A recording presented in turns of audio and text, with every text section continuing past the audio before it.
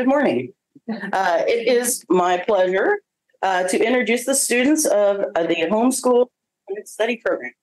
Tonight we have 8th grader Bridget, 4th grader Hannah, 7th grader Jasper, and 1st grader Nathan, who will lead us in the flag salute and read the land acknowledgement, as well as provide highlights of their school.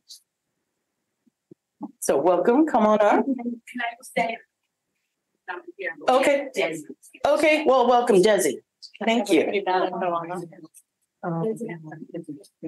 sure. Yeah.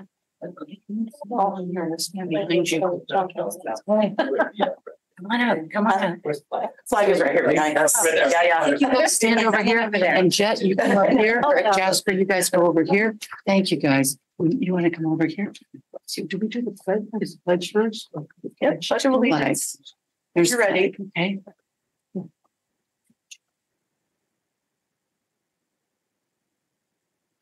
Go ahead. I pledge allegiance to the flag of the United States of America and to the republic for which it stands, one nation, under God, indivisible, with liberty and justice for all. Thank you. And now the land acknowledgement. The Pacifica School District acknowledges that we gather on the unceded ancestral homelands of the Ramaytush Ohlone people. As guests, we humbly extend our gratitude to the Ramaytush Ohlone elders and community. We recognize that we benefit from living and working on their traditional homeland, and we affirm their sovereign rights as First Peoples. As the original stewards of this land, the Ramaytush Ohlone understand the interconnectedness of all things and the importance of maintaining harmony with nature. Likewise, Pacifica School District commits to teaching our school community how to be responsible stewards of this land. Thank you. Thank you. Thank you. All right. Let's learn a little bit about school. One thing I like about this program is how I'm able to go at my own pace and pick what I want to do each day. Awesome. You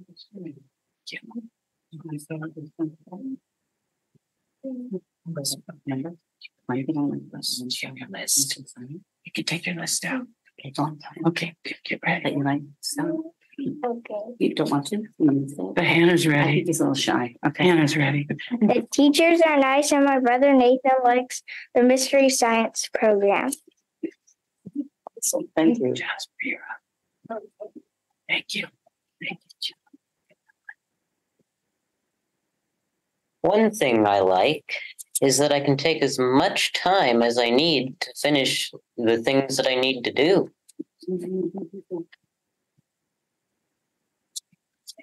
Wonderful. Thank you so much. Want me to say Thank you. Do you want to say something? Okay, and Desi said that he likes the mystery science program, and he likes our morning meets online where we play games and listen to stories. Thank you so much. And thank you, Jane parents that have brought me. Thank you. Thank you. Thank you very much. We're leaving now. Have a great meeting. All right, thank you. All right, Barbara, would you please take the roll call? Yes. Here. Here. Here. Good job, you guys. So. Here.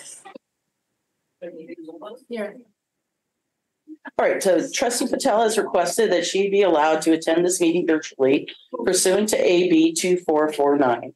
Trustee Patel, please disclose any persons over 18 years of age that may be in the room with you and the general nature of the relationship that you have with them. There are no persons over 18 in the room with me. Okay, great, thank you. Do I have a motion to approve Trustee Patel's virtual attendance? I'll make a motion. Okay, all right. Barbara? Yes. Yes. Yes.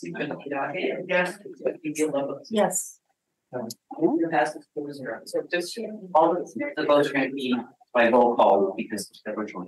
That sounds good. Somebody is not on mute. Yes. In the meeting. Okay, he just. So I mean, the echo is because somebody's computer is not on mute that is in the virtual. No, it's part of the challenge 26. It happens every. Okay.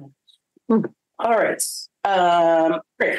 So the district records the audio portion of the meetings. All recordings are kept in the superintendent's office for 30 days and are available during that time period for inspection by the members of the public on district equipment without charge. In-person speakers wishing to address the board on agenda or non-agenda items, please complete a request card with your name, address, and the item number and submit it to the board president or the superintendent. You'll be called to address the board and may speak for up to 3 minutes. Virtual speakers wishing to address the board on agenda or non-agenda items, please submit your first and last name and agenda item you wish to speak on in the Q&A area of the webinar. Please do not submit comments or questions in the Q&A area. You'll be called to address the board. Your microphone will be unmuted and you may speak for up to 3 minutes. Please note, the public is welcome to provide comment to the board. Remarks are limited to 3 minutes unless extended or limited by the vote of the board. A maximum of 20 minutes unless extended by the board is allocated for each subject discussion. The Brown Act open meeting regulations under which the board must operate do not allow board members to comment on non-agenda items or information you may bring up that are not on the agenda. Additionally, no action can be taken. However, the board may give direction to staff following the comments. Approval agenda. Are there any questions regarding this evening's agenda? Do I have a motion to approve the agenda? A motion to approve? Do I have a second? Second? Barbara? Trustee Vidal, Yes. trustee Burkini, Yes. trustee Doggett, Yes. trustee Patel. Yes. I know you mouth yes, you're gonna sound for. Yes, can you hear me? Okay, she does thumbs up. You got a yes and a thumbs up. Okay. Yes. Yes. All right. The board met in closed session items. Excuse me. The board met in closed session to discuss the closed session items. A, conference with legal counsel, existing litigation, Government Code 549-56.9, John Doe versus Pacifica School District, claim 1992-00100. No action was taken. Conference with labor negotiators, Government Code Section 549-57.6. Agency designated representative Darnice Williams, Superintendent, Employee Organization, California School Employees Association. No action was taken.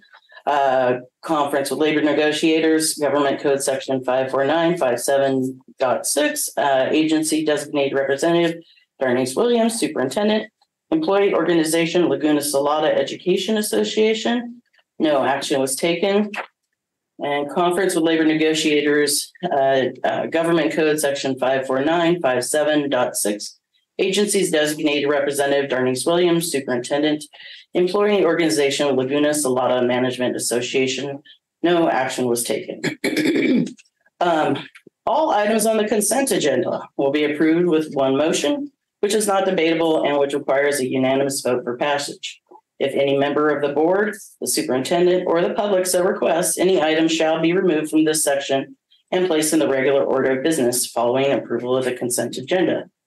Are there any questions regarding the consent agenda? All right, do I have a motion to approve the consent agenda? A motion to approve? Okay, do I have a second? I'll second. Will you please take the vote? Yes, trustee Vidal, Yes. trustee Burkini, Yeah. trustee Doggett. Yeah. Trustee Patel. Yes. You hear me? Your logos. Yes. All right, great. All right, so before we get into all of the nitty gritty, let's go have a fun little recognition here from Superintendent Williams. Yeah. This is our time that we are able to acknowledge our community members, both within and outside of our district. And this evening, we will be recognizing, when we are honored to recognize the Tree City Pacifica. If you would come, well. Where do you want? Right there is great. Here. Greetings this evening to the Board of Trustees. And we are pleased this evening to honor and recognize Tree City Pacifica for your support of our students and community. Tree City Pacifica, through the diligent efforts of Gail Benton Shoemaker, Kai Martin, Paul Toda, and Sandy Ayers, have organized and facilitated tree plantings at district school sites in honor of Arbor Day for the past 5 years. This facilitation has included the selection of suitable tree species and planting locations, the order and delivery of trees, and support and guidance on tree planting and care. This year, the Tree Art Contest, co-sponsored by Tree City Pacifica, invited Pacifica School District students to draw pictures of their favorite tree, inspiring students to notice the wide variety of tree species. Contest winners' drawings are currently on display at the Sanchez Arts Center. Thank you for inspiring environmental stewardship and our students, and for making our community and schools a greener and more beautiful place. And I have to say, I was right here outside at Valumar with our students who were planting trees and a tree, and they were extremely inquisitive, extremely excited. It was almost as if they had won millions and millions of dollars in prizes or toys, but they had so many questions, but I can tell they really appreciated as they were able to sketch the process and sketch the tree. They have more questions about how tall will a tree grow? How long does this take? How far do we have to dig? But it was an exceptional opportunity to have an authentic learning experience for our students and our staff. And for that, and for your care and concern and support of our district, we are truly honored and grateful. So this evening, I have the honor, along with our board president, the Pacifica School District Board of Trustees and Superintendent present the Certificate of Appreciation awarded to Tree City Pacifica. Thank you for your service and commitment to our students and staff. Come on over here. Awarded this 15th day of November 2023. Thank you so much. All right. We cannot do it without you. We'd like to take a picture.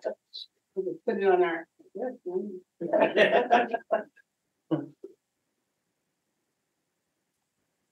Send them to you. Because I couldn't.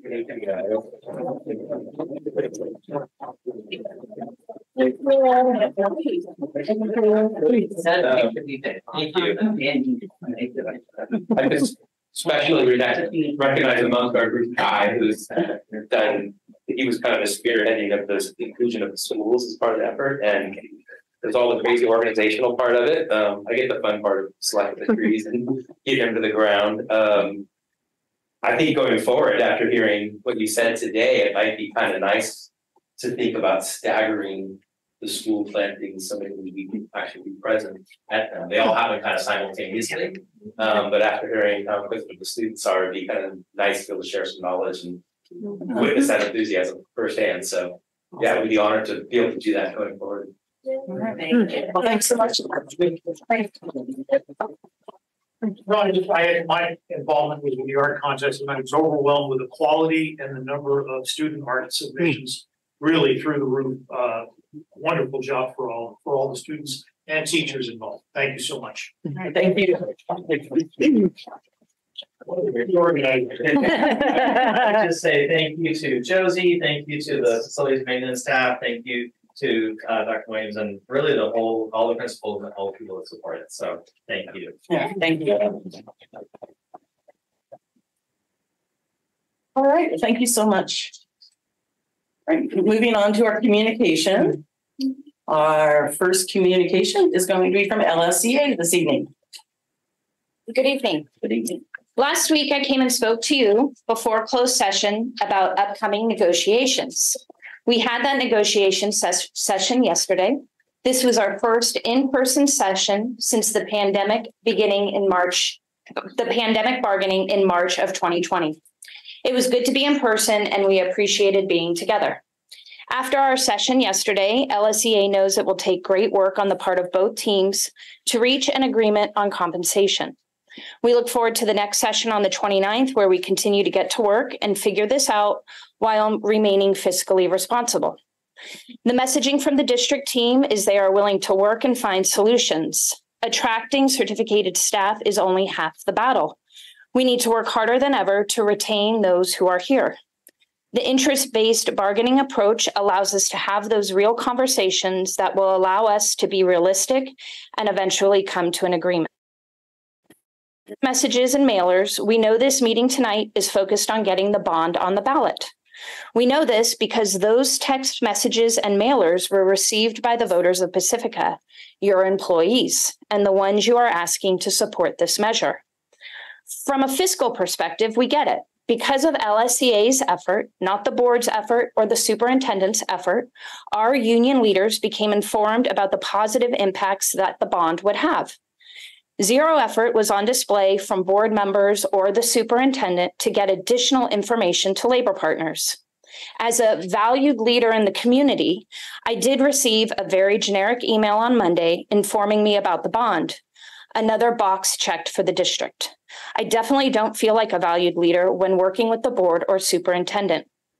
Moving forward, please give your labor partners a heads up about situations in the district. You need us projecting a positive image. It's not that hard. A simple gesture, a bit of conversation costs nothing. November 14th, 2020, I had a long chat with my friend, Patty McNally. Topic of conversation was, of course, union work. We sprinkled in plenty of other chatter when we spoke each day, but the bulk of our work together was our union, our members, our students, and our district. Always trying to problem solve and find solutions for all parties. 3 years ago today, I didn't think I'd cry. Sorry. I got the phone call that Patty had passed away peacefully in her sleep.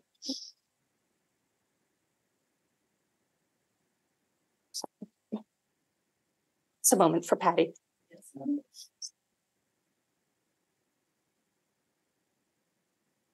I should be on Zoom. It's easier at home than standing in front of all of you.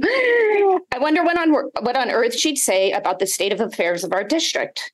There's still no money. Many of the board members are still unwilling to have chats with us, and the district continues to put more and more on our plates. I have no doubt in my mind she would be proud of every word. Let's get over it. Every word our union leaders would say, and every action our union members have taken. She would encourage our members to keep trudging along, do the good work for the good of our members, our students, and our Pacifica community, continue to work together in the face of many challenges. LSEA continues to do this good work, and we hope the entire Pacifica community, including the board and superintendent, will join us. Through December 13th, LSEA is hosting a Share the Warmth hat and glove drive. Newly purchased or handmade hats are welcome. These donations can be dropped off at any school site. The district office also has a basket. I just put it outside. All donations will be delivered to the Pacifica Resource Center. Sorry, Nicole. You have to go after me now. Thank you. Thank you. Yay, Patty. Yes. Okay, our next speaker is from CSCA. Okay, well, I have a cold, so. Okay, hello, my name is Nicole Sayers, and I am the president of CSCA Chapter 128. Tonight, I would like to welcome Joseph Sutter, our new IT technician. CSCA sends a big thank you to Irene Yip for her years of service as in our district as a child nutrition employee and wishes her a wonderful retirement. I also feel the need to mention the resignations of Leda Lopez, Zach Quigley, and Sharon Pointer. Our CSCA Above and Beyond Award for this month goes to Caroline Goodnall, child nutrition cook at Sunset Ridge, and Diane Shakur, RSP professional at Cabrillo. Caroline has been a dedicated employee serving Sunset Ridge students nutritious meals since 2014. While the Sunset Ridge Kitchen has been under construction, Caroline has helped the district come up with sustainable solutions with serving breakfast and lunch without a kitchen. Diane has been a dedicated employee serving as an RSP paraprofessional since 2025. Shortly after the start of the school year, she agreed to increase her workday by 1 hour to serve the low-grade RSP students at Kookaburra School. Diane has made her students receive most, if not all, of their service minutes since the beginning of the school year. Assume positive intentions. This is a term I've heard the superintendent say many times since the start of the school year. Assuming positive intentions is a good thing. It infers that someone has good intentions and that you should trust them and their decisions. It also could mean that someone made a decision that did not turn out well, but they had good intent. Before the beginning of the school year, on August 11th, CSEA was informed that the district planned to discontinue about 4 contracted employees' contracts. They believed that they had enough staff to manage the special day classes and suggested that we were going to use a ratio to determine staffing needs. CSEA was a little unsure about what this all meant, but agreed, and I assumed positive intentions. On Sunday, August 13, I sent an email to the superintendent, and I asked if she might consider taking a quick trip to see the classrooms that would be most affected by the proposed changes, to see the student behavior profiles of the students we work with, to better understand why the classes were staffed as they were. I never heard back, and the decisions were made. Since those decisions were made and put into effect, I have stood right here and reported to you the safety concerns that I have witnessed in our special day classes. I can now report that 2 parents actually pulled their students out of the classes and requested that they be moved to different classes in the different schools in our district. One CSEA member who had been working successfully as an RSP paraprofessional was moved the day before school started due to lack of personnel, and she was eventually placed into a special day class. The CSEA member is now on workers' comp due to an injury incurred in an unsafe, understaffed classroom, and now may need surgery and does not even know when she can return. Embarrassing as it was for the district, they also had to bring back 2 of the 4 contracted employees due to low staffing ratios. All this turmoil because I assumed positive intentions. Assuming positive intentions really has not served CSEA that well over the few months since school started in August. And now, the district and Board of Trustees are considering putting a $70 million bond on the March 24 ballot to complete needed repairs and improvements across our elementary and middle schools and the district facilities. I even received an outreach letter to see if I would support this project. Now, I will not speak for all CSEA members, but I will speak for Nicole Sayers when I tell you that my annual income is well below poverty level. I am one of the fortunate few who do own a home in Pacifica, but my monthly mortgage is much too high for me to pay without 2 people in my home working. Do I support the bond measure? That depends on whether or not the district supports its classified and certificated staff. Will the district offer us a fair wage increase? One that we deserve after being so sorely underpaid for years on end? Will the district then budget yearly wage increases for our classified and certificated staff? You can build the most beautiful school facilities ever seen, but it doesn't mean anything if you don't have anyone to work in them. CSEA and LSEA want the best for this district. We want to hire employees that will stay and grow with us. We want parents to feel good about the education their students are receiving. We want employees to feel safe while at work. And we certainly do not want to see 3 classified employees resign in 1 month. Assuming positive intentions, I ask again that the district consider sitting down with both classified and certificated employees to talk about things before making decisions that affect us all. Give some consideration and respect to our history, our experience, our fortitude, and our aspirations in making this district the best it can be. Help us share respectful relationships with the district by talking to us and by listening to us. You have the resources right here in front of you, so please consider taking advantage of them. Thank you for your time. Thank you, Nicole.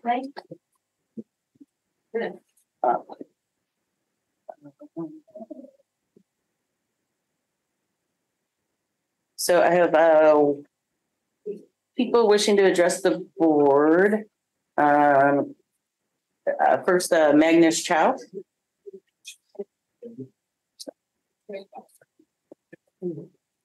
Hello. Hi. Good evening, board members and superintendent. My name is Magnus Chow. I spoke at the last board meeting and wanted to update you on the situation for my 6-year-old son, Nathan, in Mr. Martinez's SDC class at Sunset Ridge. There has been no improvements, and Nathan once again was hurt not once, but twice by another classmate on November 2nd. Based on witness statements obtained that day, which was later confirmed during our recorded IEP meeting, my wife and I learned that during recess, his older and larger female classmate targeted Nathan by shoving him unprovoked and without warning from behind, causing him to fall, scraping and bruising his knees. Again, towards the end of the day, while Nathan was working at his desk, when the same female classmate entered the room and approached Nathan from behind. Again, without warning or provocation, this female classmate grabs the hoodie part of Nathan's sweatshirt and pulls him backward with such force that it caused him to cause him and his chair to fall backwards onto the floor. While on the floor, the female classmate continues to pull Nathan's hoodie and only until the only parent in the class intervened and protected Nathan from further harm. Nathan was so traumatized by this violent attack that he urinated right after exiting the room. He did, right? I checked Nathan's neck and was alarmed to see a red ligature mark approximately 4 inches long across the width of his neck, as if he was strangled from the pulling. We filed a police report with Pacifica PD and photos were taken of Nathan's physical injuries.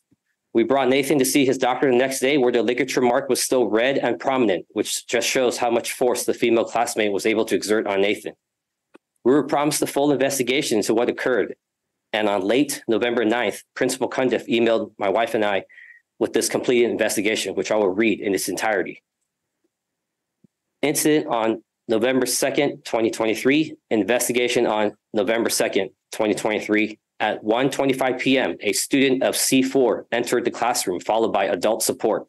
She walked past her seat and went behind Nathan and grabbed the hood of his jacket. Mr. Martinez, a para, and 2 behaviorists were in the room.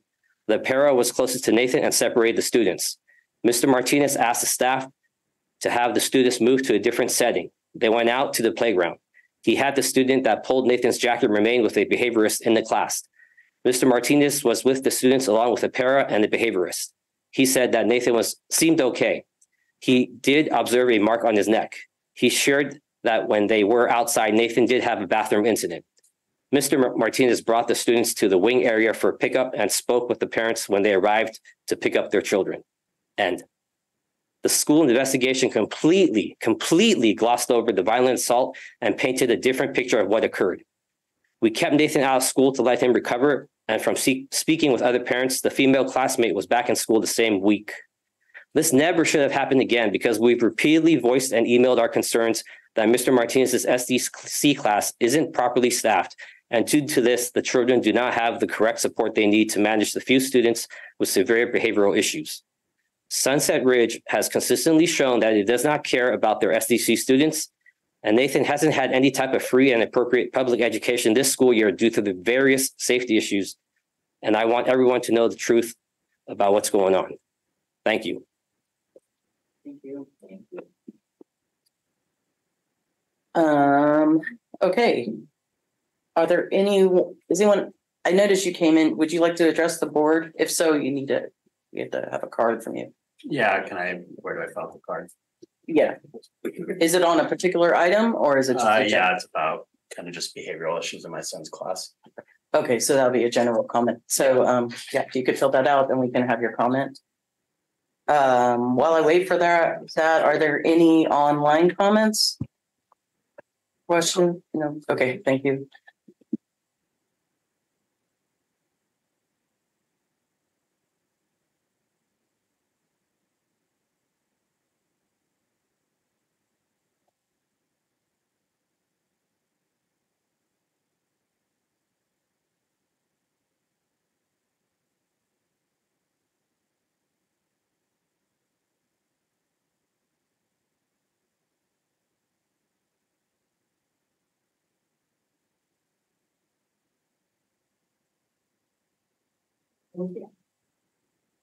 It's Mr. Brian Olson from Pacifica wishing to address the board. All right, thank you, Mr. Olson. You have 3 minutes. So I just wanted to address the board and talk a little bit about what's been going on in my son Ethan's school at Ocean Shore. So he's been at Ocean Shore since kindergarten, and in that time, and now he's currently in the 2nd grade. So in that time since kindergarten, his kindergarten teacher was out on extended leave. In his 1st grade class, his teacher was out for various weeks. I believe it was 7 times due to COVID. And now his current teacher in 2nd grade is on leave. And so this is now his 3rd year where he's had teachers that are out on extended leave. Parents aren't given the specifics of why the teachers are out on leave, but, just based on how many parents have been in the classroom and have been talking, it seems very likely that it's due to just the classroom environment and the behavior of the students in general. That's kind of been part of the contributing factor why some of these teachers have gone out on extended absence. So in this last time this year, the parents had a meeting with John Bartfield and also Janine, Principal Janine, on October 5th to develop a plan to improve the classroom behavior for Ethan's 2nd grade class. It's basically been a month since that meeting, and really the classroom performance hasn't improved. So in that time, 5 students have transferred to other classes because the school environment is so bad. My wife and other parents have volunteered in the class, and they said the behavior in the class really hasn't improved. And the substitute teacher that's currently teaching Ethan's classes openly admitted that he's not really trying to teach the students, but is just trying to deal with behavioral concerns, which, clearly isn't really working based off of, what parents have seen in the classroom. So, I mean, as a start, I talked to my son, right before I came to this meeting and asked if the principal's even been in the classroom since this has happened. And, she hasn't been there. The parents have asked, for some type of an aide or somebody else to be in the classroom to help with the behavior. And that was never addressed. We never got any kind of response if we could, or why we couldn't have an aide in the class. And just in general, the behavior just doesn't seem to be getting any better. The majority of the parents at Ocean Shore School are very highly involved. They participate in the class. They really work with their kids. They're willing to do everything they can to try to help out the teachers and help out the leaders in the district. But we're really looking for a little bit more of a sense of urgency and a little bit more leadership from the principal in the district to help address some of these concerns. Okay, that's it.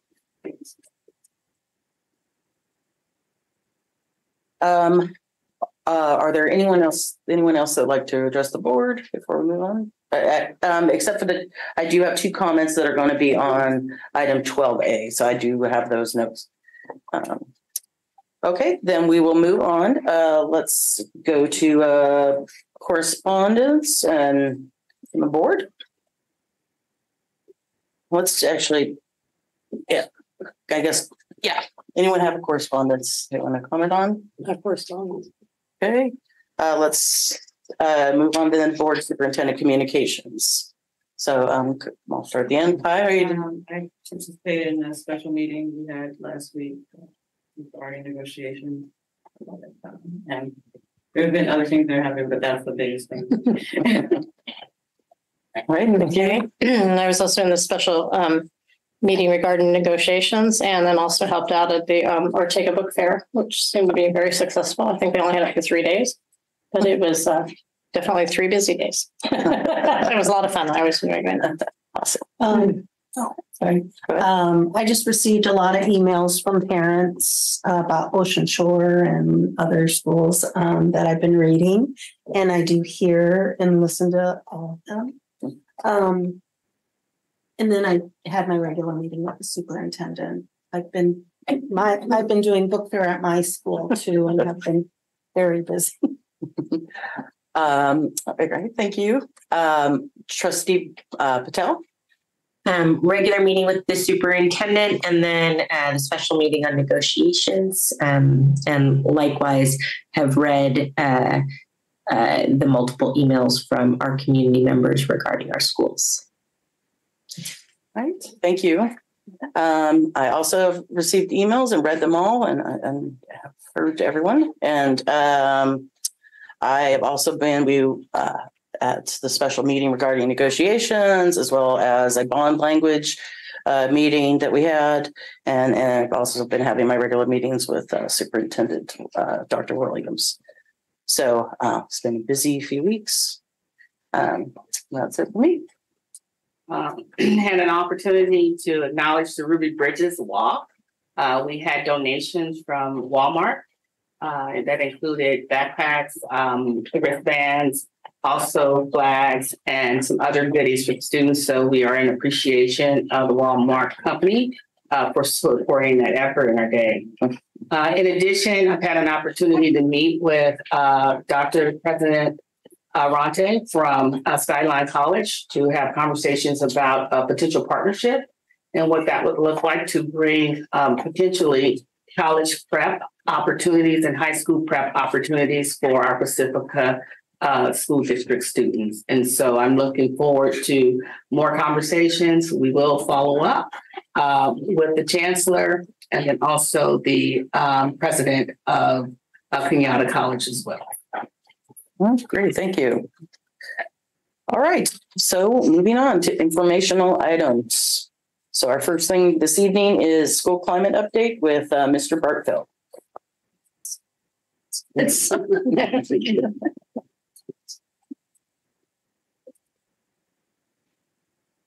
Good evening, Board of Trustees and Dr. Williams. I am presenting tonight on school climate, giving a school climate update. You all set with the slides? Good, excellent. So first off, always want to go ahead.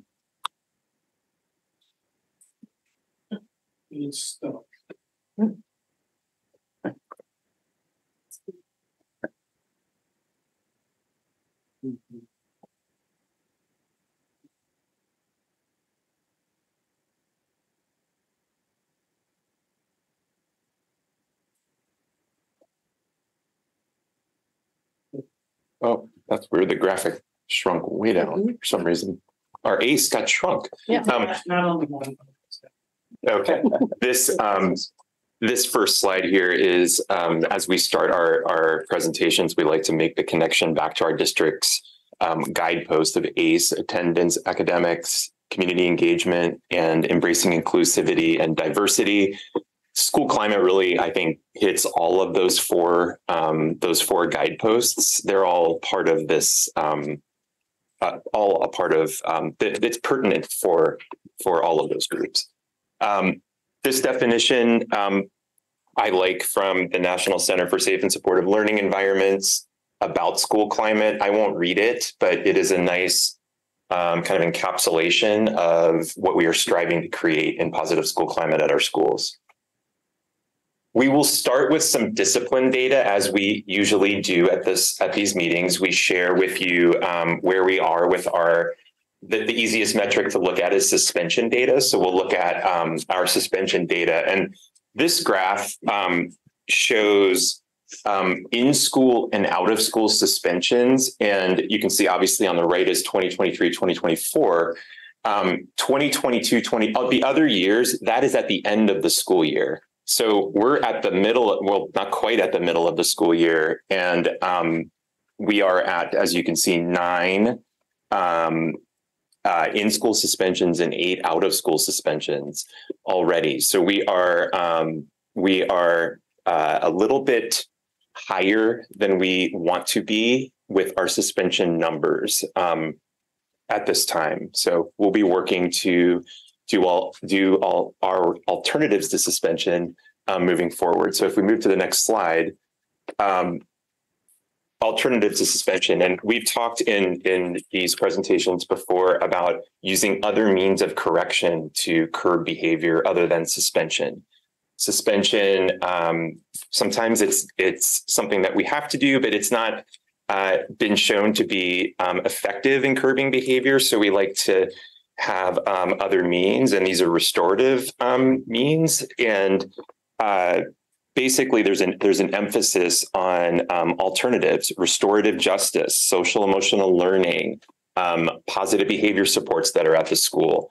And we want meaningful responses for behavior for students. So for them to understand their behavior, why it was not appropriate, and what they can do moving forward to repair the harm and not have it happen again. We are using evidence-based interventions with our restorative practices.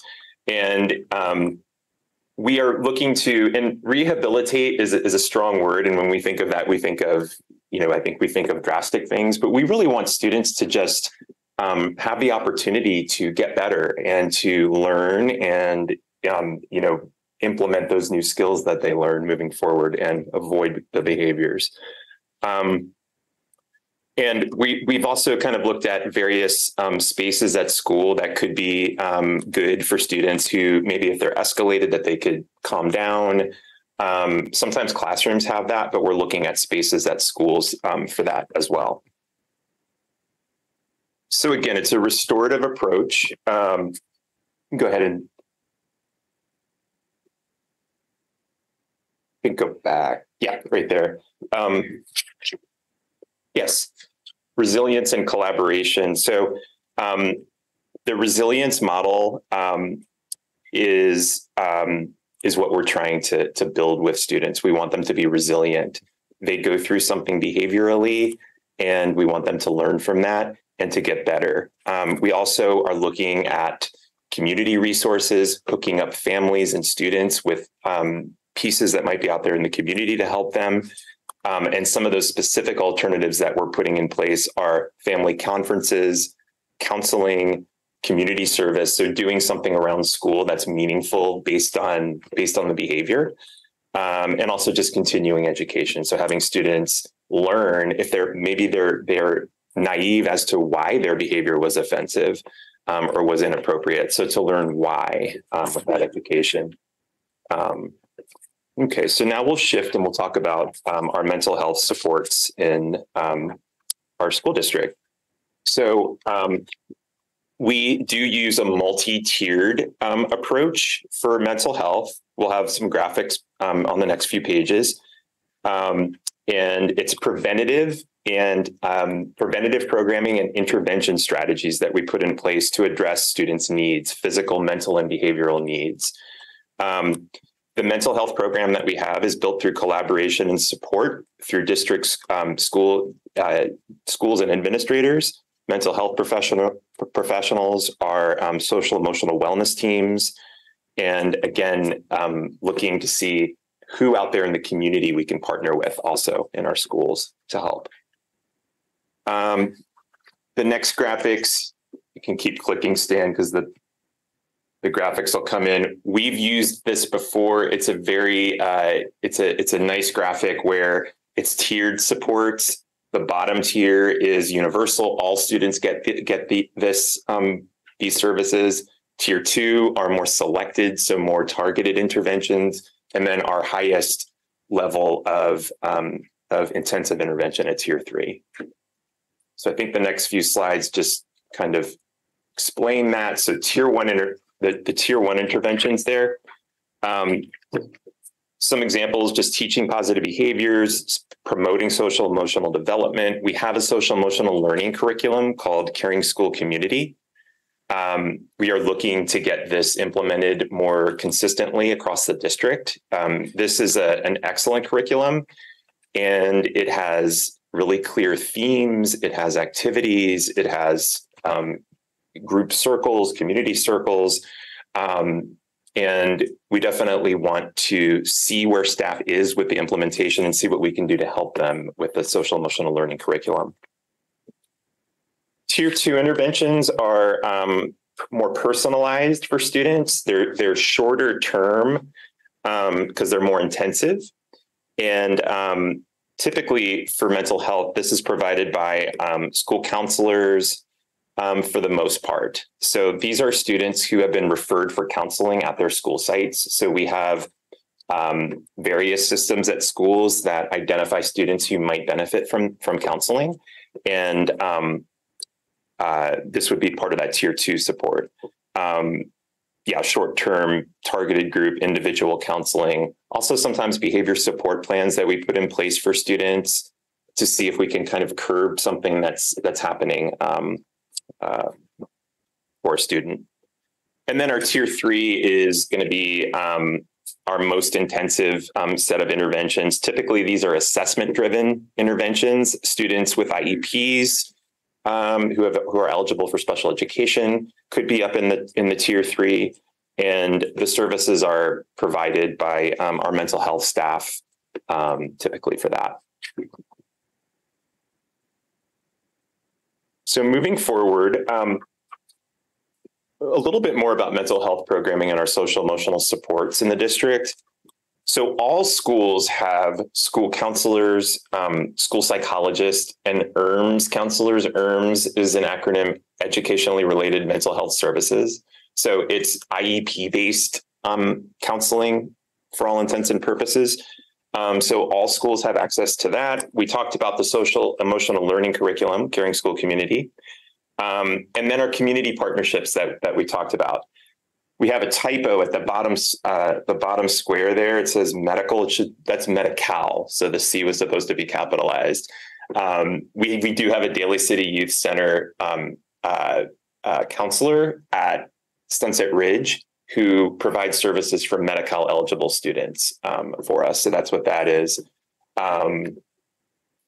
And last year we had more of Daly City Youth Health Center because we weren't fully staffed. This year we started more fully staffed, so we only have that one Daly City counselor at Sunset Ridge. All right, moving forward, just talk about suicide risk and threat assessment. So these are two really heavy things that can come up for students just in their lives and also at school. Students who may have suicidal ideations and express that, or there's a possible threat of violence that is detected. So on both of these, we have to do an assessment process where we need to determine the level of risk with both of these processes. So we have been trained on this. We've got our lead mental health counselor, Raquel Buchanan, has really taken the lead on working with making sure everybody went to the main training at the county, but then also working with individual school teams to make sure that they understand the protocol and the process for this. There's essentially levels to it. Once you determine a risk level, there could be next steps. There always are next steps. But we're really proud of this. I mean, it's not fun that this happens, obviously, but we are proud of our response. Usually we're able to respond right away when this comes up. We're following the county's protocol. And yeah, I think everything else I talked about there. Last year, our final numbers for suicide risk and the level 1 threat assessment, 27 suicide risk assessments and 3 level 1 threat assessments. So we were able to respond. Just level 1 means. No, just meaning it's the first time it's at the lowest level, and it's the first time that a team is getting together to determine the risk. Okay, thank you. Yeah. And if they think it's an elevated risk, it goes to a level 2, which is a more involved process. Okay. All right, thank you.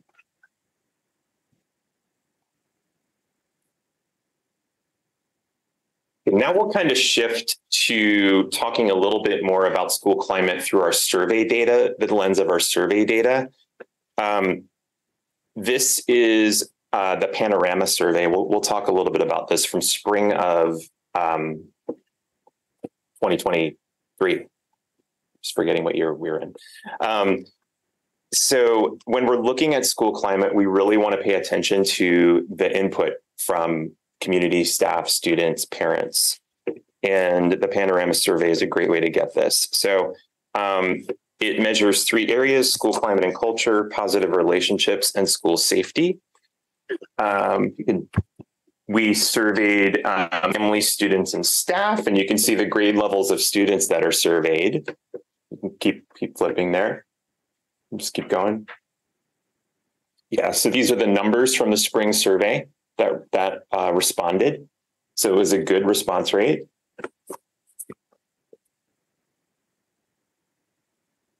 let's talk a little bit about some of the pertinent things that we found in the climate survey. So the first thing that I wanted to point out was on the grade 3 to 5 responses, we went down in school climate. So in school climate, in that section, you can see it's the second one down. And over on the right-hand side, there's an 8 pointing down. That means we went down 8 points. So that's something that we need to pay attention to, and we'll talk about that in just a moment. Grade 6 through 8 student responses. Again, school climate took a 7-point hit from fall to spring of last school year. And you can see the other areas also were depressed from one survey to the next. So looking at actual sample questions, so this is just some questions so you can see what goes into the school climate questions. How positive or negative is the energy of the school? How fair, unfair are the rules? How much does the behavior of other students help or hurt your learning? How often do your teachers seem excited to be teaching your classes? And you can see, again, over, if you go back, just go back a second. On the right-hand side, the arrows pointing down mean that we went down those points, that amount of points. Okay, go ahead. And then for school climate, you can see that the questions, sample questions that come out of the school climate for 6th through 8th grade. Again, how students are perceiving their teachers is very important to them in how they answer these questions. You can see on that last one. And the second one, how pleasant or unpleasant is the physical space at your school? That is a little bit lower. So I wanted to point those out as pertinent pieces from the survey that we're going to go in more depth on this school year. Okay, so if we go to the next one, the family responses, this is what was interesting because on the spring survey, the family responses all increased from fall to spring. So we actually saw a big increase in academic needs. And also you can see school climate had an increase for the parent survey at that time in the spring. These are the family responses, yes. Yeah.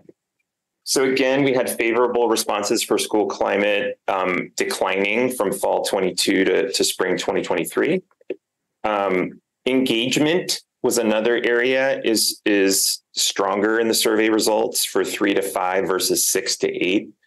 We talked about that last year as well. We saw the same thing where there was a little bit less engagement for middle school. Students' perceptions regarding their teachers have significant impact on their engagement. Engagement is definitely affected by peer behaviors. And we found that. And generally favorable responses from families, although somewhat very discrepant from student responses. Okay. Let's go back, I think, one, Stan.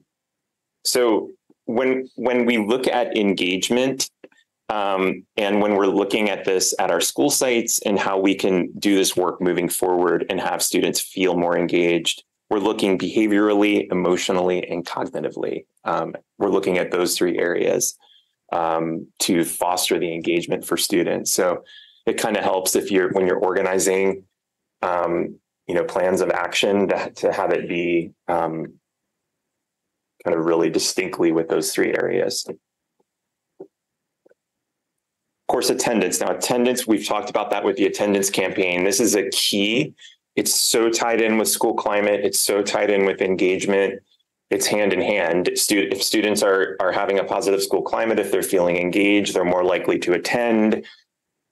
We all know that attendance is a top priority and that we are in our attendance awareness campaign. We have the strive for 95. So we're trying to get to 95%. We know that if we get to 95%, that will generate more revenue for us. And it's just the best for students. So we've done a presentation on attendance. So you know where we are with that campaign moving forward. And then let's go to inclusive practices. the next one. So this is really important work with regard to school climate that we are continuing this year. And Changing Perspectives, the agency that worked with us last year, is working again with us this year. Sam Drazen has been at all of our schools. He's been at some schools multiple times this year. He's taking that inclusive practices work with the school sites to the next level. So they're working on, they have inclusion goals that they developed last year, and he is helping them make progress on them. Schools are in very different places with their goals, but we're excited about that work with with Changing Perspectives. We've also did at our last professional development day last week, we did the sexual orientation, gender identity, and expression training with Coast Pride for a large portion of staff, and we're going to see how we can work it for the rest of the staff. That was excellent, and we're looking forward to developing our protocol for gender communication plans and gender support plans for students who may need that. And then our diversity, equity, and inclusion training with Nicole Anderson has continued. So you can see we really are working hard on inclusive practices. We know about the impact that that has on school climate when we are being most inclusive with all of our students. Happy to answer any questions. Questions? Yeah. Okay. So I can't recall, but is it normal to see a drop like this between the first survey in the fall and the survey in the spring? Because I just don't recall the numbers dropping this significantly. So I'm curious as to what has happened. Mm-hmm. Mm-hmm. I would have to go back and because I don't remember and compare. Because I've looked at these many times, and I think these might be the lowest scores I've seen. So you can go ahead. Actually, those scores are compared to the spring of 2022. Right. They're not. Oh, I thought it was from fall. Okay. They're spring of 2022 to spring of 2023.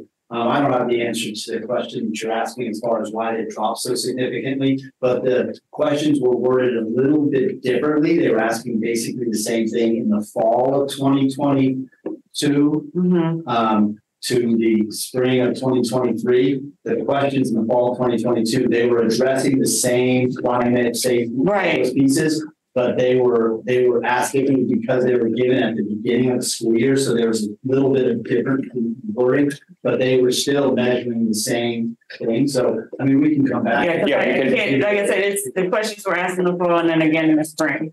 And I just can't recall if we always see a drop between fall and spring. I'm interested too. So because I'm concerned, but you might have a little fatigue in spring, where you're just tired.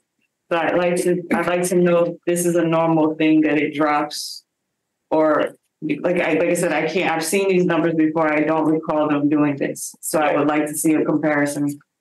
We can definitely prepare that and send it and share it for sure. All right. I see a hand up, Trustee Patel. Yeah, I have just a couple of questions. And first, just to echo Trustee Doggett's comment, I thought it was a little strange to compare spring of 2022 and fall of 2023, just because those are very different time frames and therefore also represents different students. So like grade 6 is a different set of students. And so not necessarily looking at that. So I would be interested in previous years comparisons. Going back, John, to the RTI model, the tiered instruction. Thank you for sharing that, because I do think that's a really important thing that you've reiterated multiple times, which I think is fantastic to make sure we make that practice really ingrained across the district. So thank you for sharing that. And I have a question around Tier 1. As a former teacher, I remember how little attention I paid to Tier 1, but how critical it was to support not having so many students kind of move into Tier 2. And a lot of Tier 1 while SEL and all of that is really important, it is just about quality instruction that happens in the classroom. It's about the academic environment and supporting every student access the material. Because as I remember, if a student felt unsuccessful in class, they were much more likely then to have a behavioral episode that would need to be dealt with. And so I guess my question is, what types of, I guess, differentiation or, kind of personalized academic supports are teachers being trained on or given to really bolster their tier 1 support? Trustee Patel's over there, so maybe I'll face here. I'll face here. There, you're right there, Trustee Patel. Was about mental health. That pyramid, and I know learning is a part of that. But I was talking about like mental health services, and for tier 1, it's kind of hard to grasp in a way, but like absolutely. Good teaching practices and inclusive teaching practices, basic inclusive teaching practice, a part of tier 1. Also just expectations, clear expectations around school inside the classroom, as far as, expectations for behavior, for, positive behavior at the school. So students like buying in to those systems and wanting to be a part of that in a positive way. So how is that promoted at the school site, and how is that bottom tier? How are those universal supports? How are those students feeling that and kind of experiencing that? So with regard to like instruction, that would probably again be Mr. Lucy to talk about how all that's being differentiated with teaching. But looking at the pyramid with the mental health is kind of how I was trying to portray it. Okay, thanks. And then when we look at the results of the panorama survey for the students, so let's take the drops kind of for what they are. In your mind, you shared the ACE framework and the attendance being one of the critical factors. What are some of the other, like what would your recommendation? What are the 3 things that the district needs to do to better support students given the results of that survey from your perspective or the team's perspective? And I'm going to say that it really depends per school site. So what we will do is share the panorama data with school sites. It's already been shared, but we'll talk about it with them, and that practice of looking at that data and looking at things that are pertinent to their site and what's happening with them. They have various site teams that they should talk about this with. How can they improve school climate at their school site? So I know I'm not like listing 3 things, but I know that what we want to do with this data is have it be actionable. And school climate is a little bit somewhat nebulous. It's kind of hard to grasp. So it's a little bit more of a trickier conversation, but we need to do work in this area. So we need to figure out how to make that happen at our school sites. Can I add something too? I'm looking over here, but through the school plans for student achievement, which they worked on last year for this year, they looked at their panorama data. They looked at their fall and their spring panorama data, and they made for most of them, goal 3 was around this piece. So they have actions within that goal 3 at each of the schools around this climate piece. But more work. It's not just setting actions in place that are addressing clear discrepancies in the data or clear things that are coming from the data, but it's also the monitoring piece. And I think we can do a way better job in the monitoring of our SIPSAs moving forward in those actions. So I would say that the top 2 things that were put for each of them was that beginning of the year, that welcoming piece at the beginning of the year. Each of the SIPSs has an action around making the community feel welcome and feel like a community. There were actions in each of the SIPSs around that because of what the data was showing them. And remember, this is perception data. So this data is what the students are perceiving, what the staff is perceiving, and what the families are perceiving. So but they're all very much tied to the SIPSA. But I think there's way much more we can do in the monitoring of those things instead of just having those actions in there, implementing them, and there's not really monitoring them. We need to continue to do that part of it. Yeah, thanks, Will. And I do remember the SIPSAs, the principals specifically highlighting the panorama data. So absolutely. But I do wonder if as a district, kind of we can hold ourselves accountable for the summation of those changes. So saying, this dropped this many points through the SIPSA process. These are the 5 actions that schools are really taking to address this one. And that way we can kind of see, here are the actions. And then next year, when we compare results, we can kind of assess. Because I think one challenge that I'm having in general is effectively the revision cycle. So, we have this data, we did some work, and then, it's hard to know, like, did we assess the work that we did? Was it useful? Was it not useful? What worked? What didn't? Here's the new results. Are we going to do something differently now, or just keep doing what we were doing? I think that narrative, I just struggle. I feel like every time we see the data, it's like a brand new kind of cycle as opposed to a history of what we've been working on, or what you and the team have been working on. Thank you. My question. Mm-hmm. Please. I just had some questions about the Tier 2 intervention. Yep. And I'm just wondering, are we keeping track if counseling is working for the students? Yes, we are. So sometimes counseling is referred through the student study team process or child study team process, where the team has implemented the counseling for X amount of time, and then there will be a checkpoint to see at the end of the counseling period how it went. Do we need to continue with it more? How effective was it? Do we need a higher level other than school-based counseling? Do we need to work with the family on outside supports?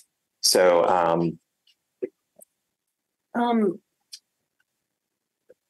I just want to elaborate on that just a little bit. Yeah.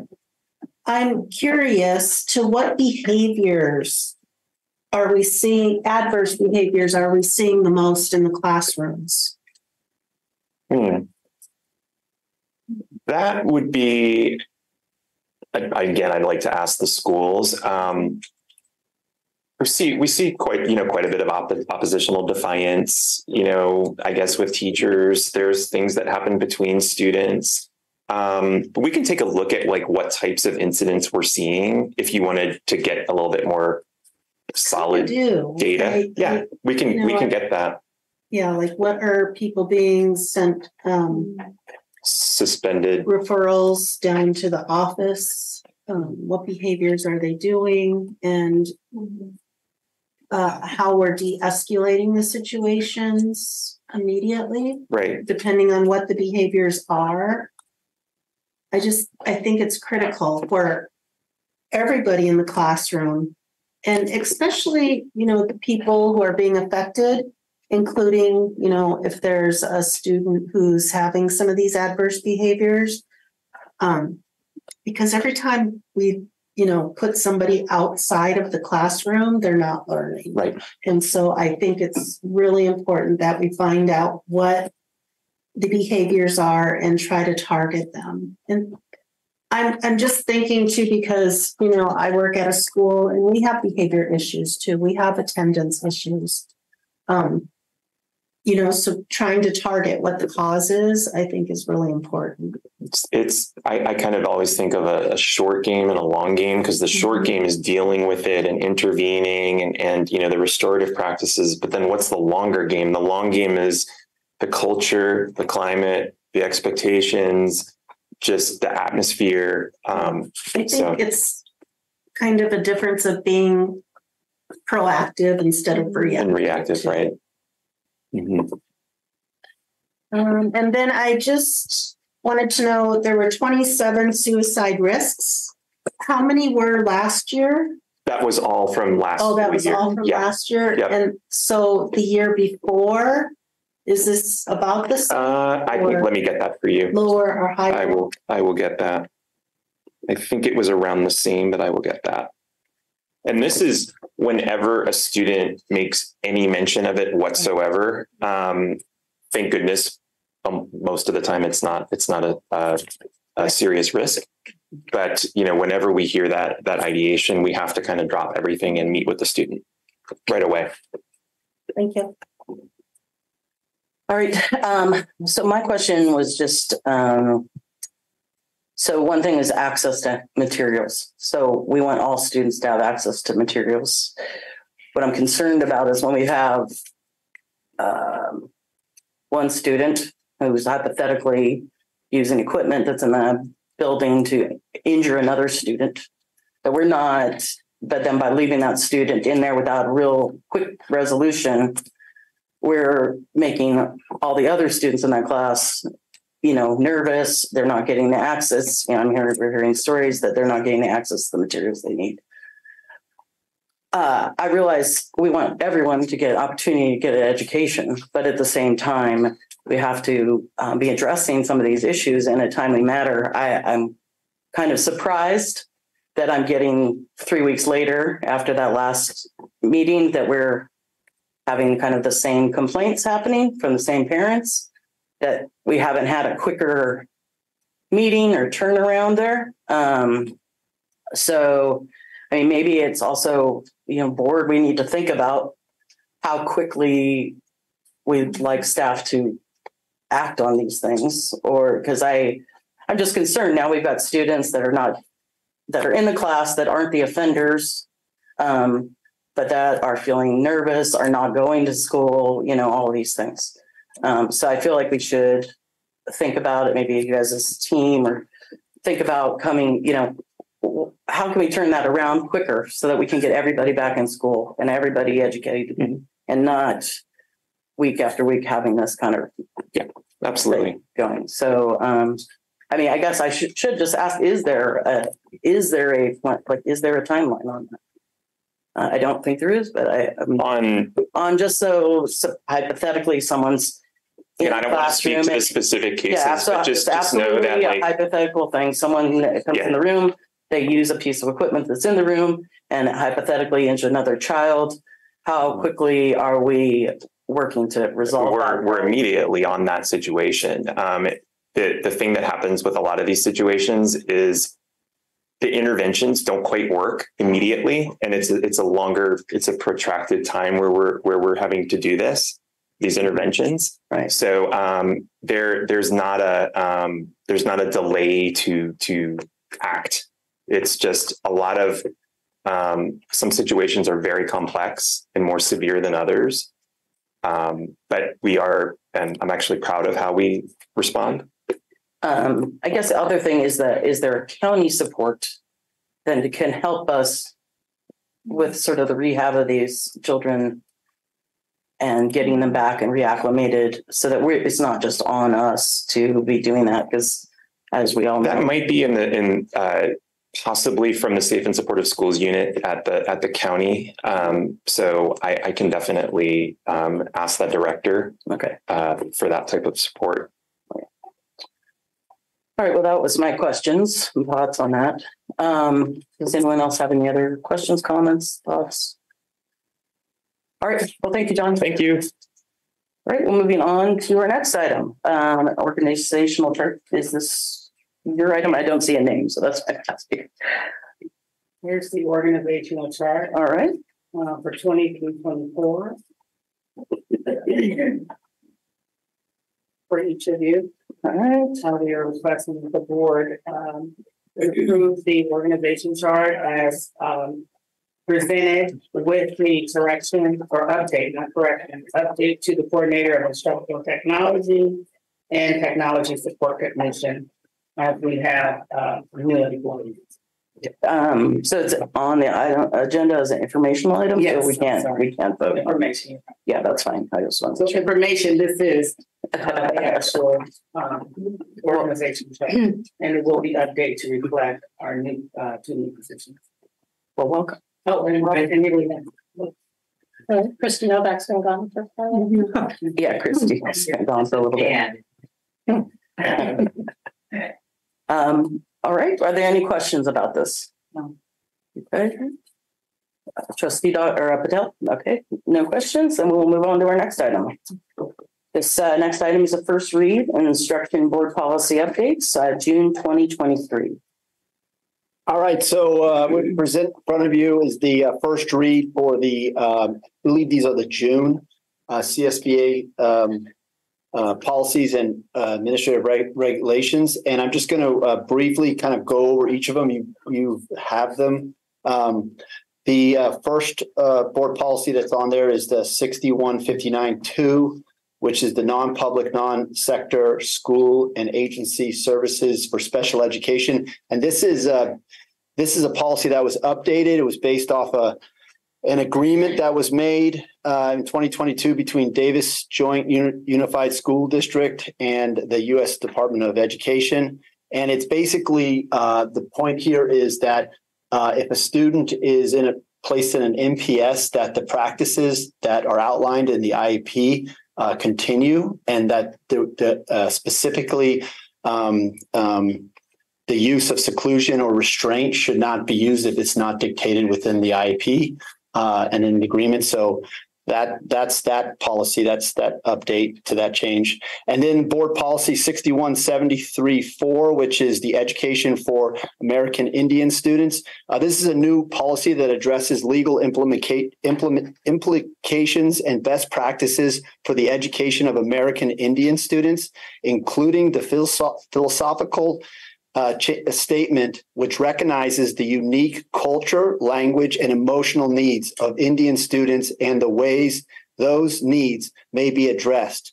The importance of cultural relevant curriculum for all students related to local American Indian tribes, and the practices implementing strategies necessary for the improvement of the academic achievement of American Indians.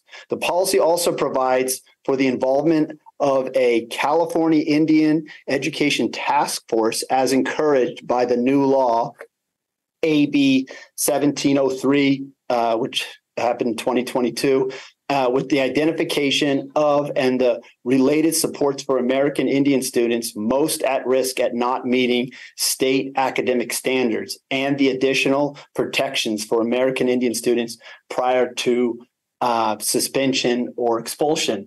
There's other pieces to it, but those are more relating to high school students, about course completion and those things. But that's really the gist of that policy. And it again is a new policy. It's not an updated of a previous policy that we've had.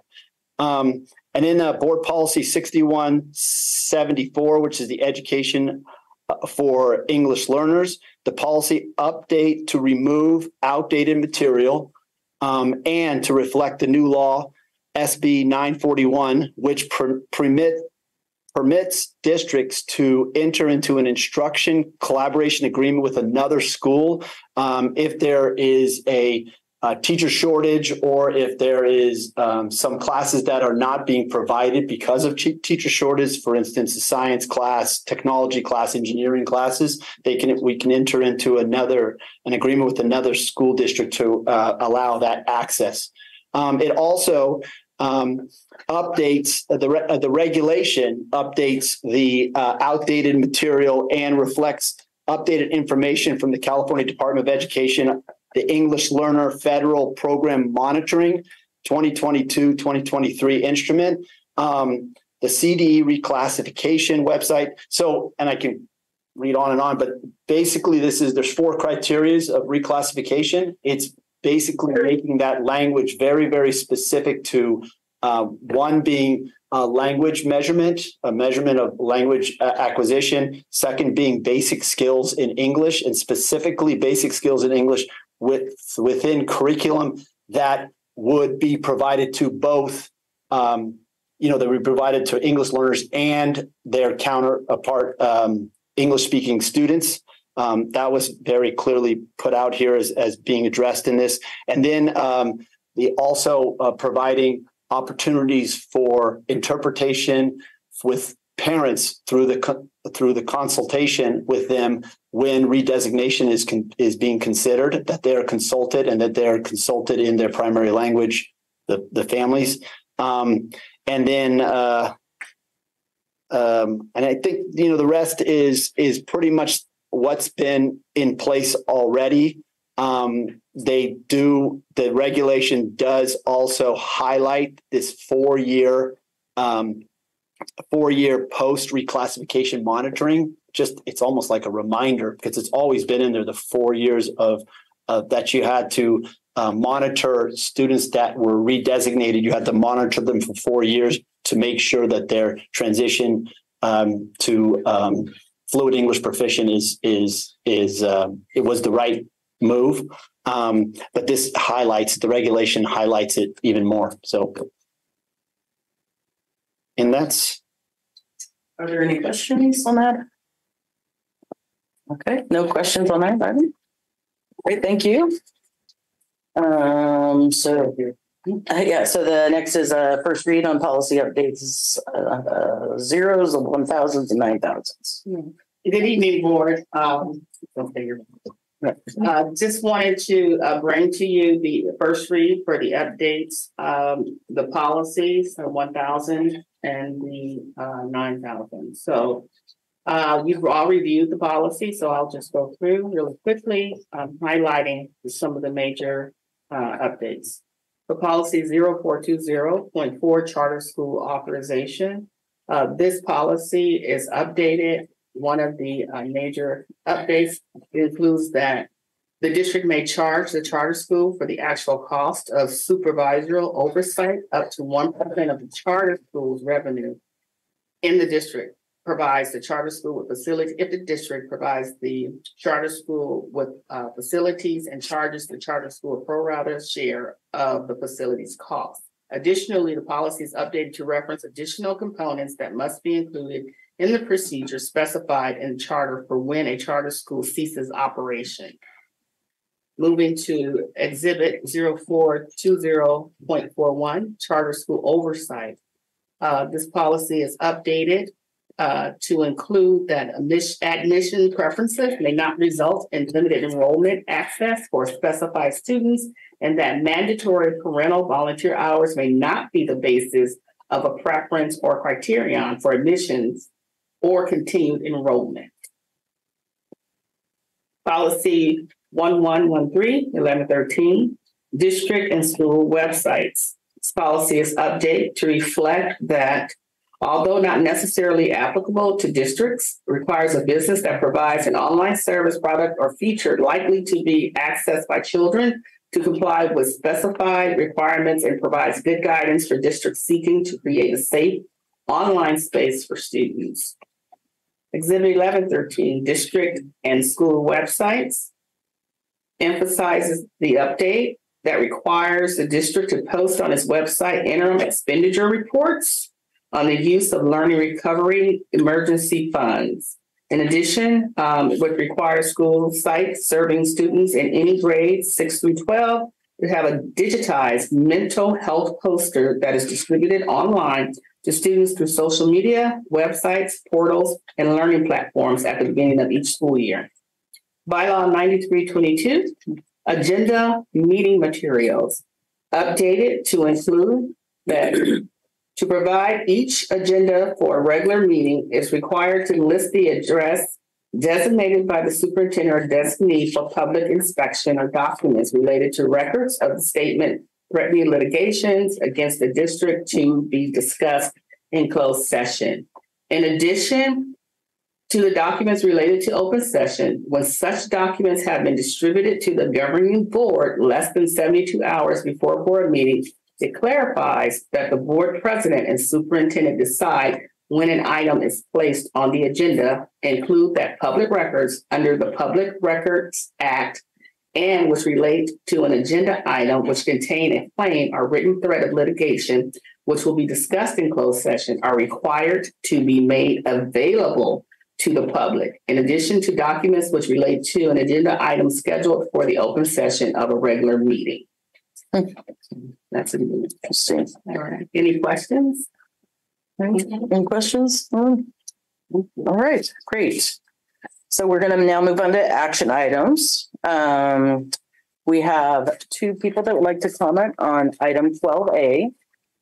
So before we move into that, we're going to go ahead and have public comments. First one is Pauline Gonzalez. All right, if you'd like to. Oh, good. How are you? So you have 3 minutes to speak, and you can. Oh, I'm going right where I am. Okay. My name is Pauline Gonzalez. I'm a resident of Pacifica. I've been here for 15 years, and I do have a house. I'm also a senior citizen. I retired like 4 years ago, and currently I'm paying on bonds that routinely come up year after year after year for the same things that you've listed on this flyer here. For, better facilities, equipment for the schools and whatnot. And I am here today because I want to say that I oppose this measure of a $70 million bond because I am on Social Security and other small pension. It happens to the best of us. I made great money when I was working. I retired as a registered nurse, but with the cost of living, my Social Security and stuff does not.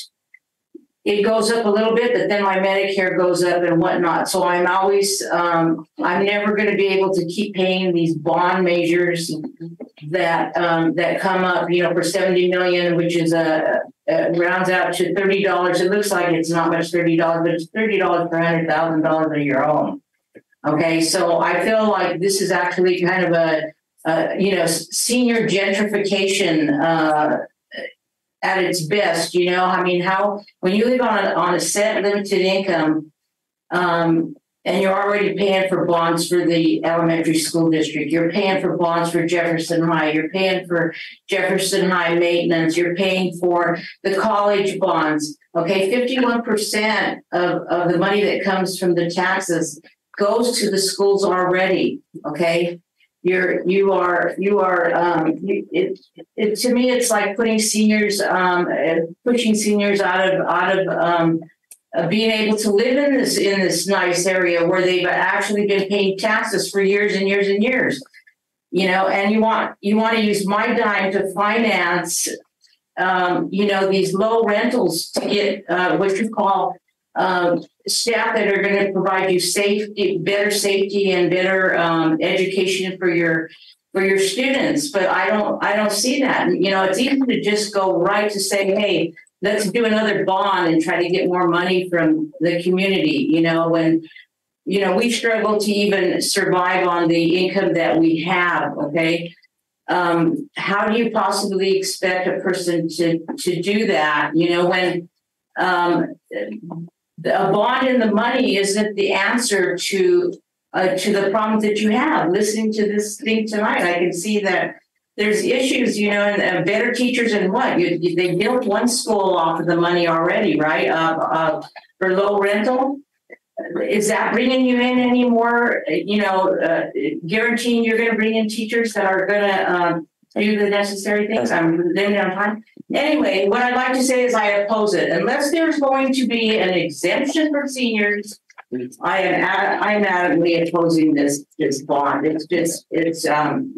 I'm bonded out, and I'm absolutely against it. Thank you very much for your comment. So our next one is Marie Hartline. Okay. First, I want to state that I know how challenging the teaching profession, educating our students is today. I'm a retired senior and a 40-plus year resident of Pacifica. I'm here this evening also to represent not only myself, but other seniors I've spoken to on retirement incomes. We understand that monies the school district receives are often restricted in how they can be used, and that not all our educational tax dollars come to our local Pacifica schools. However, 51% of our house taxes do go to education. We have several bond measures for schools on our property tax bill that we are still paying off. These include Pacifica School District, the high school district, and the college district. And I've also had a couple bonds removed from my bill as these bonds included a senior exemption. Your current proposal of $30 per $100,000 of assessed value per year will add another tax burden to the limited finances of seniors. And an example is someone's taxes on a tax bond went up $116 from last year to this year, probably because the assessed value of, not the market value, but the assessed value of the property went up.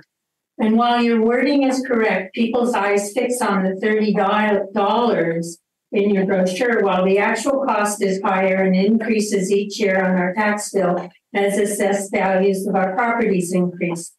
I'm opposed to your bond measure as it does not include a senior exemption. Without a senior exemption, it's not going to get my vote. Seniors receive a small monthly Social Security pension increase most years. Coming out of that small increases, after that is the increased yearly cost in Medicare that each of our supplementary Medigap health insurance plans and drug coverage plans generally increase as well. So now your yearly increase is even less. So now we're even farther behind as the net monthly increase has decreased and doesn't keep up with inflation. According to Anita Reese from the Pacifica Resource Center's article in today's Pacifica Tribune, it costs nearly 87% higher to live in Pacifica than the national average. And the cost of living went up by 4.5% just this past year, she stated. That's more than my Social Security is going up. You are knowingly or unknowingly participating in pricing seniors out of living in Pacifica. Your bond measure is requesting $70 million that states that a potential improvement bond could provide the funding needed to fix and improve school facilities. It doesn't even say it will improve school facilities. Your flyer states if voters approve the measure, funding could be used for updating classroom and science labs. I'm pretty sure the last bond issue was probably the same thing. I just have a little more. Can I finish? Showing me photos of a rusted door and worn tile flooring to me is part of continued general maintenance and repair. Your flyer states the dollars could be used to ensure access for students with disabilities. All schools are already supposed to be ADA compliant. My interpretation is that most of this bond measure will be used to build affordable rental housing for teachers and staff, and that is why it states that the funding could provide school improvements instead of stating that it will provide school improvements, because the bulk of the money will go to housing. If that's what you're really pitching in your bond issue, then be transparent and prioritize that as your focus. For sure, without a senior exemption, I'm opposed to the bond measure, and any seniors I have spoken with support this viewpoint. Thank you for giving me time to present. All right. Thank you very much for your comments. Anyone else? Oh, I don't have any cards for 12A, so thank you.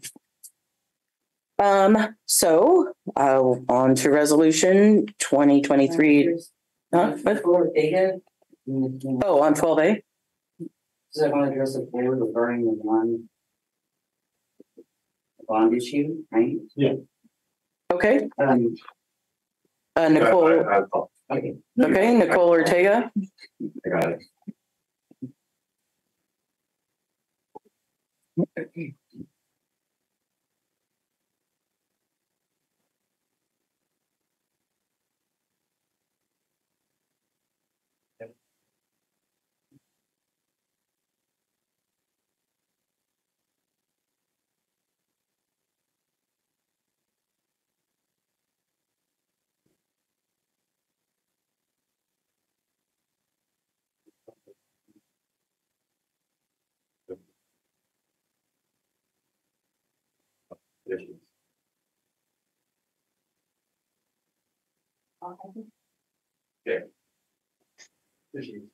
Hello, can you hear me?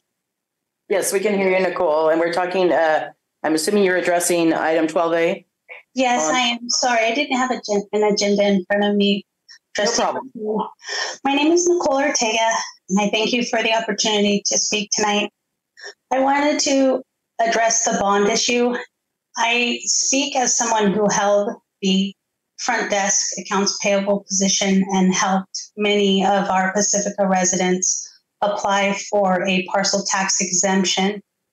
When we started passing bonds, they learned, and I learned myself, that they no longer could qualify for an exemption. And I helped several people in our community that were very worried about how they were going to make ends meet, especially with the fact that they're also obligated to pay bonds for the high school district, the fire department taxes, and also the community college bonds. I think we really need to explore alternate ways of funding. I think we really need to look into grant writing, possibly even having a position where that person helps us find alternate funding sources and their income is paid by the money that they bring in.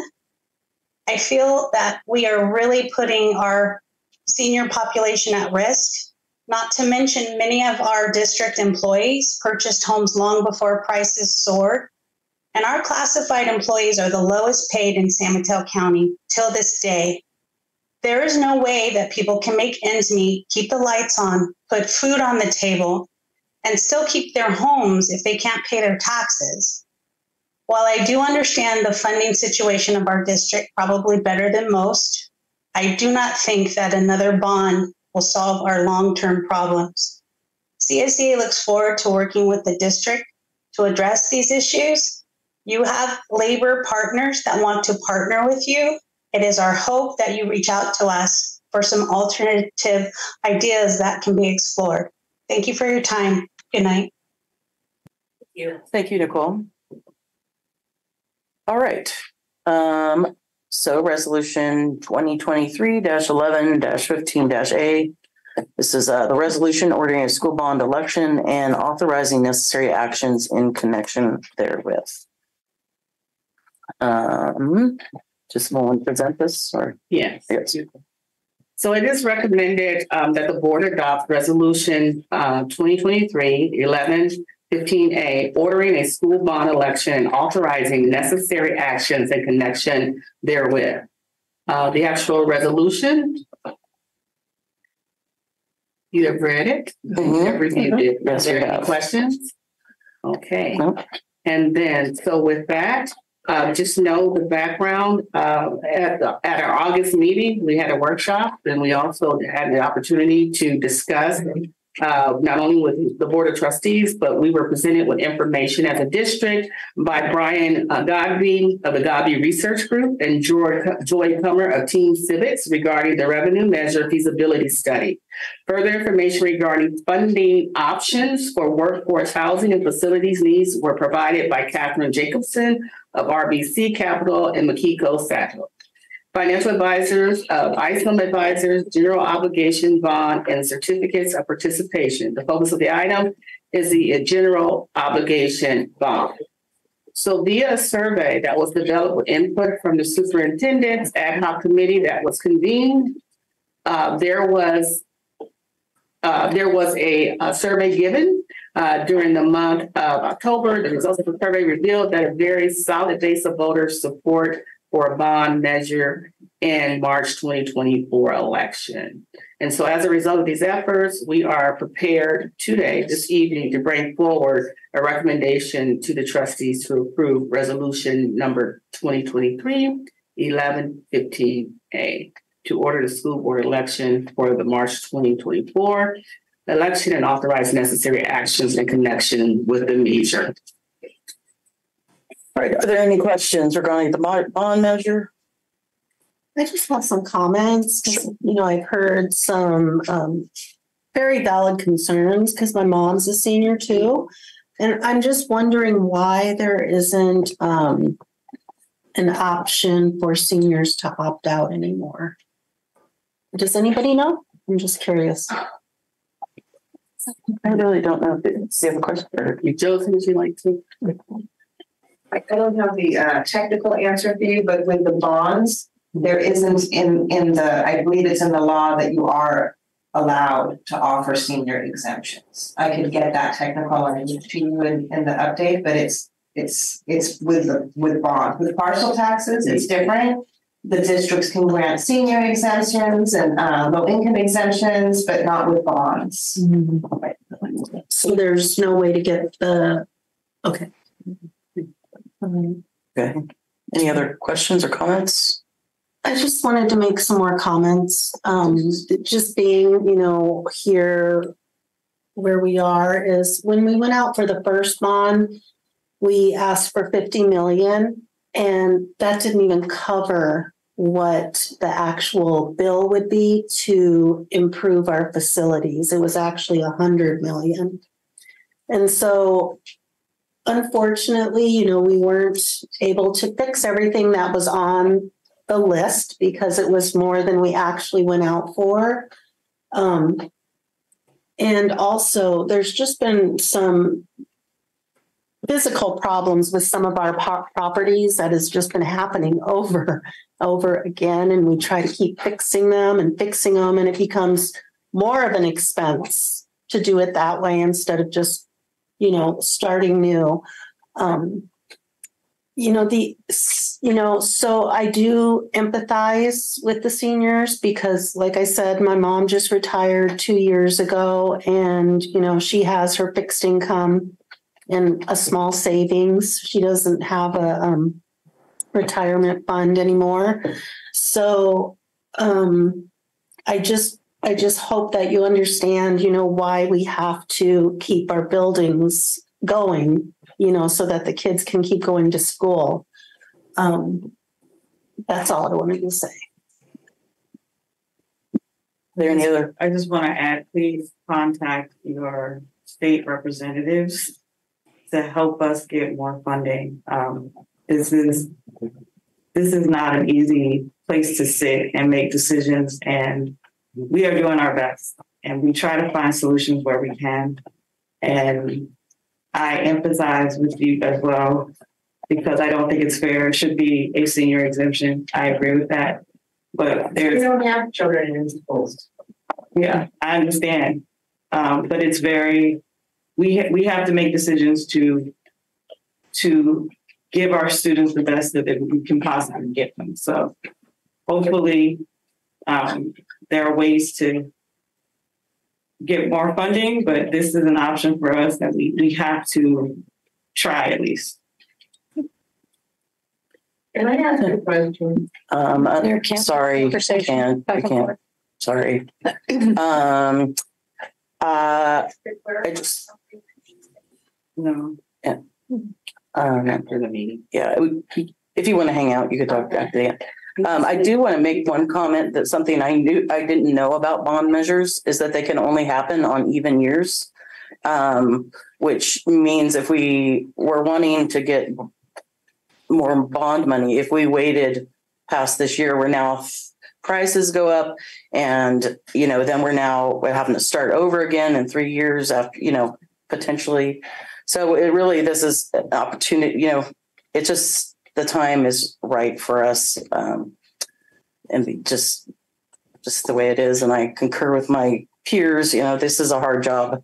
There's a lot of things we have to think about and balance. So that's probably. Yeah. So I just want to say one more thing that I will get you, Trustee Patel, just a sec. I did have an email from a community member who, conveyed, why are we fixing up our facilities? Shouldn't that money be going towards teacher salaries? And that's one thing it can't go towards. We have to actually use it for facilities and not teachers' incomes. So hopefully that'll give us a little cushion, in that other area. And Trustee Patel, comment, question? Yeah, so I just reiterating what everybody said. As a parent in the district, I received a note from our principal that the school kitchen has dry rot, and so it's unsafe for students to eat there. And so they're now moving students to a different location. That's a facilities need. That's something that jeopardizes the health and safety of our students. And there is no funding for facilities that is given by the state. We're given annual operating expenses as funding based on our student attendance, but all of the repairs and infrastructure needs, unfortunately, that falls on the local community to fund in order to make sure these facilities and sites are up to code and can serve our students just at a very basic level in some cases, and nothing fancy. And so I just want to note that this isn't about putting in a flashy new sign or something like that. There are some, very basic repairs that still need to be done at many of our sites and the facilities that are in need. All right, thank you. Any other comments or questions? All right, with that, do I have a motion to approve resolution 2023-11-15-A? I'll make a motion. And do I have a second? I'll second. Oh. Okay. All right. Yes. Trustee Bertini? Yes. Trustee Doggett? Yes. Trustee Patel? Yes. Trustee Villalobos? Yes. Motion passes 5-0. Thank you. All right. And then next is the authorization for the district outdoor improvements. Speaking of Measure Oman. Thank you, Dr. Wade and trustees. Tonight, we're asking the Board of Trustees to authorize staff to enter into a contract with the lowest responsible bidder for the Pacifica School District Outdoor Improvements Project. This outdoor improvements project includes site work demolition, site grading, some new concrete. It's really all about ADA access, being in compliance with ADA access for our district office. This building is so old, as you know, we don't have adequate ADA access. It's also about safety, and so there'll be some new fencing and gates. And it's also because the storm drainage has not been working for many years. We've had many plumbing issues, and so that will also be upgraded. So we did have a bid opening on October 26th. I attended the bid opening with Cece Mang, our bond project manager. We listed the three bidders there. Soto Brothers was the lowest bidder for $277,000.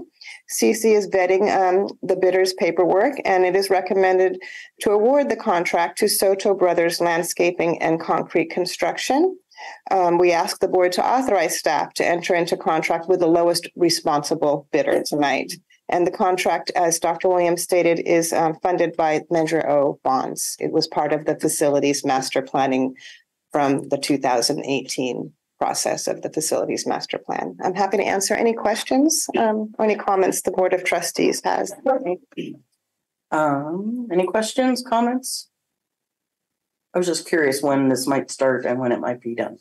It was scheduled to start tomorrow morning because the vendor was available, but then the rain came. And so we didn't want to create a huge muddy patch for the employees and the students coming and going. So we're going to wait until next week during the Thanksgiving break when there's no rain.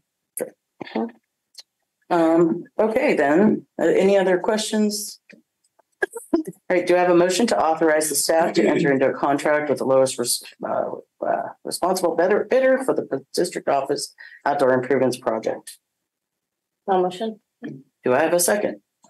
I'll second. Barbara? Trustee Patel? Yes. Trustee Bertini? Yes. Trustee Doggett? Yes. Trustee Patel? Yes. Trustee Villalobos? Yes. Motion passes 5-0. Thank you. All right, thank you. All right, provisional internship permit requested for certificated employees. This is an action item. Good evening, Board of Trustees once again. As we speak about the need to attract and also retain qualified teachers or highly qualified staff members for our students and community. The PIPS program is an opportunity for us to exercise additional options in which we feel are vacant certificated positions. Human Resources will be submitting provisional internship permit request applications to the Commission on Teaching Credential Approval. This recommendation and your vote will allow the district to provide provisional internship permits requests for the teachers listed below, as you can see. And if any of you are familiar with the former emergency credential program, where teachers who were not fully credential could come and also learn as they are teaching and be in class, and also receive their credential and also instruction and credits towards credential completion. And so we are recommending that the board moves forward with the vote to approve the PIPS or the provisional internship permits as requested. All right. Are there any questions regarding this item? All right. If it's just an internship, are they getting any kind of pay or benefits, or is it? Yeah, they are paid. Yes. So are they a full employee when they come on? Yes. Even as an intern? Yes. Okay. All right, great. Well, more bodies to help kids is a great idea. Are there any other questions? All right, do I have a motion to approve the provisional internship permit requested for 4 certificated employees? I'll motion to approve. Okay, do I have a second? I'll second. Okay. Trustee Terrell? Yes. Trustee Rubini? Yes. Trustee Doggett? Yes. Trustee Patel? Yes. Trustee Villalobos? Yes. Motion passes 5-0. Thank you. All right. Board of Trustees, Superintendent's recap and future agenda items. Do you have any thoughts, questions, comments? I'd just like to reiterate that you can write to myself. I'm not going to talk for other board members, but you can write to me anytime or email me anytime about questions or concerns. And I do read everything. Sometimes I can't get back, as quickly as I want to, but I do read, and I do like to know what is going on out there in our schools. Thank you. Anyone else? I would just like to ask, and I think this has been occurring, maybe I have really terrible short and long-term memory, but a request for future presentations to include a little bit of learnings as we present on new data or information or updated data and information. I think sometimes I can't remember, what we've done and what we've learned. And so just a request, Dr. Williams, for future presentations to include that.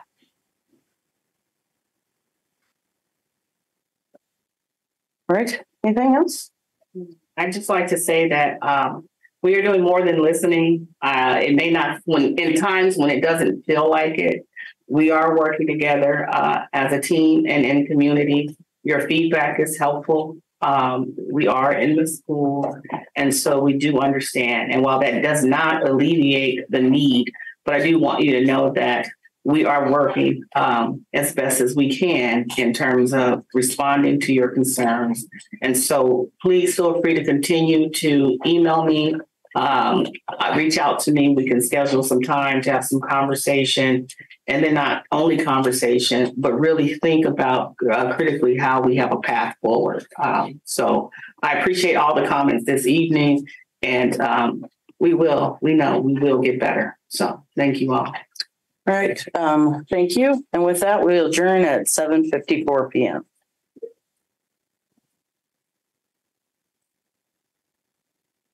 Record.